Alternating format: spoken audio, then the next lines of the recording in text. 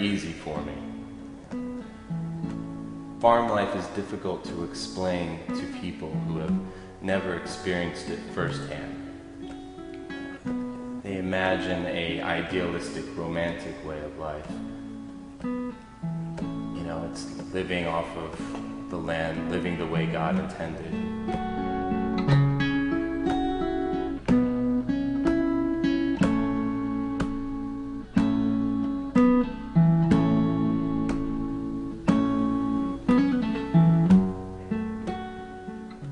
I grew up on a dairy farm in southern Wisconsin. My father also harvested corn and soybeans and raised chickens.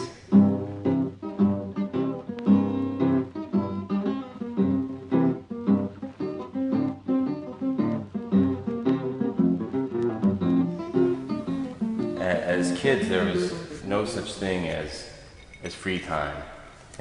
We were expected to help out on the farm.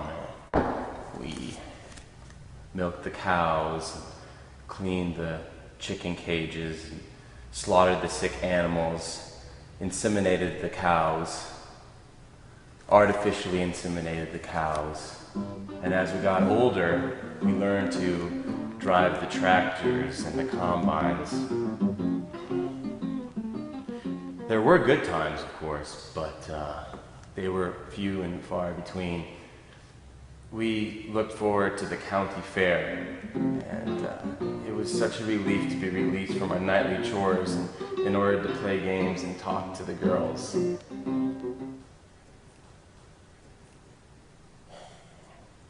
Our farm was in the rough part of town, though, and it progressively got worse as time passed. Sometimes at 3:45 in the morning, my dad would be out picking syringes from the feed bins. At first, my brothers and I didn't even notice, but soon the truth of our circumstances was unavoidable. We awoke one summer morning to find him desperately trying to remove a swath of graffiti from the silo wall. Someone had spray painted an indecipherable symbol that stretched the diameter of the structure. My brothers and I, we couldn't even imagine what kind of person could have been so disrespectful to our property. After that incident, it became too difficult to stay one step ahead of the vandals. And soon the graffiti overtook the farm.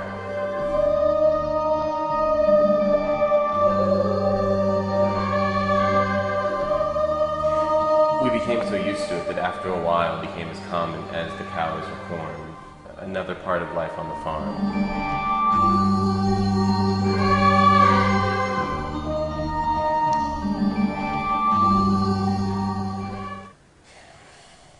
Much to my father's dismay, the property value of the farm plummeted. Even if he wanted to sell it, he would have been unable to find a buyer. The police never visited our neck of the woods either. We diligently filed our complaints, but the officers on duty never even humored us. My mother wrote a letter to the mayor, but to no avail.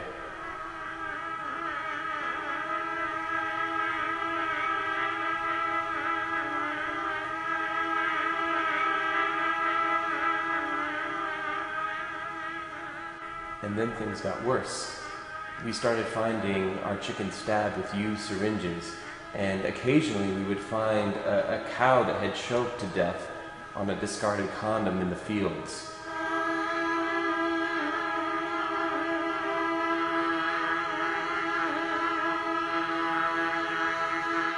We would find crack addicts passed out on the hay bales.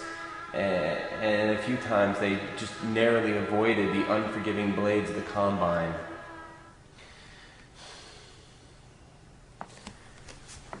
When I turned 18, I took off on a trip cross country, hitchhiking. I vowed to never return to that life again.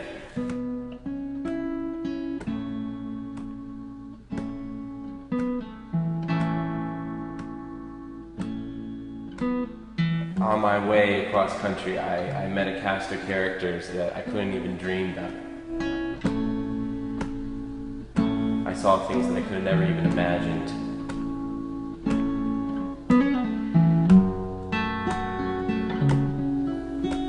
I grew a beard and I bought secondhand clothes so that I would look more like a nomad. I moved from city to city, camping in state parks and in rest stops. The elements never bothered me. I only had to think of my past on the farm, and I felt warm and secure.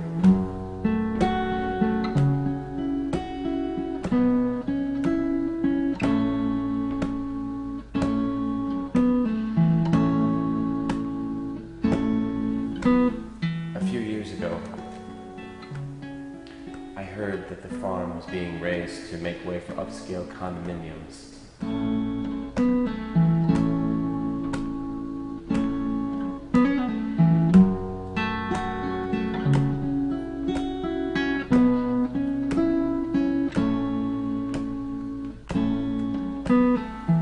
I thought, good riddance.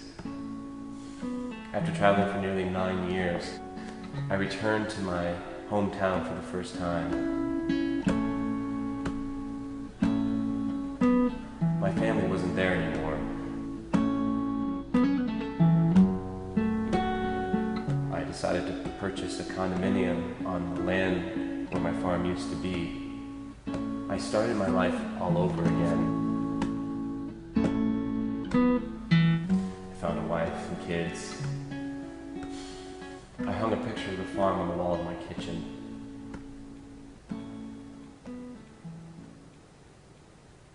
Sometimes my children ask me to tell them stories about growing up on the farm. I oblige, leaving out none of the ruthless details.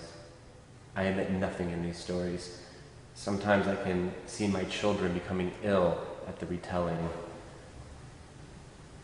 but it's for their own good.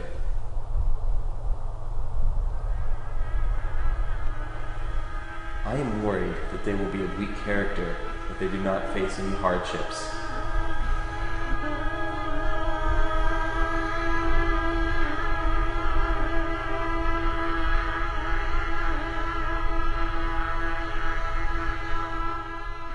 Life on the farm gave me the strength to endure.